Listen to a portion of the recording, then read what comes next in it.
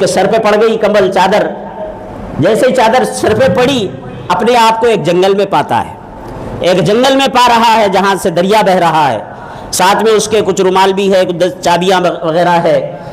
ضرورت سے فارغ ہوا، دریا سے آب دست کیا، ضرورت سے بیٹھنے سے پہلے چابیاں درخت کو لگایا، رومال رکھا وہاں۔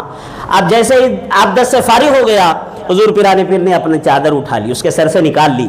جیسے ہی نکالی تو وہ اپنے آپ کو جامع مسجد، بغداد کی جامع مسجد میں پا رہا ہے، اور چہرے پر پانی ہے، ہاتھوں پر پانی ہے، تر و تازہ وضو کر کے اسی دریا سے وضو بھی کر لیا تھا ضرورت سے فارغ ہونے کے بعد، باوضو پھر مسجد میں بیٹھا ہے، مگر اتنی جلدی آپ نے چادر نکالی کہ وہ چابیاں لینا اور رومال لینا بھول گیا، وہ وہیں پہ رہ گئے۔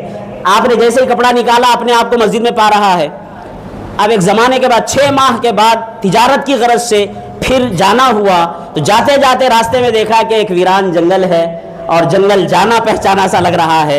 تھوڑا اور غور و فکر اور تدبر کیا تو دریا بھی نظر آیا، اور دریا کو جب دیکھا تو درخت بھی نظر آیا۔ فوری خیال آیا کہ ارے ایک موقع پر میں بغداد کی مسجد میں بیٹھا تھا، ضرورت کی تقاضا ہوا تھا شدت کا، سرکار نے چادر ڈال کر جو ہے کرم فرمایا تھا، میں یہاں چابیاں بھولا تھا، دیکھوں تو صحیح کہ چابیاں ہے یا نہیں۔ دیکھتا کیا ہے کہ درخت پر رومال بھی موجود ہے، چابیاں بھی موجود ہیں۔ پھر آپ نے چادر نکال لی تو اپنے آپ کو وہاں بغداد کی مسجد میں، جامع مسجد میں پاتا ہے۔ تو اس طرح کی کرامتیں جب سنتے ہیں تو ذہن پریشان ہو جاتا ہے کہ یہ کیا ہے بھئی؟ تو یہ کیا ہے بولنے سے پہلے نبی کے معجزات کو ذہن میں رکھنا۔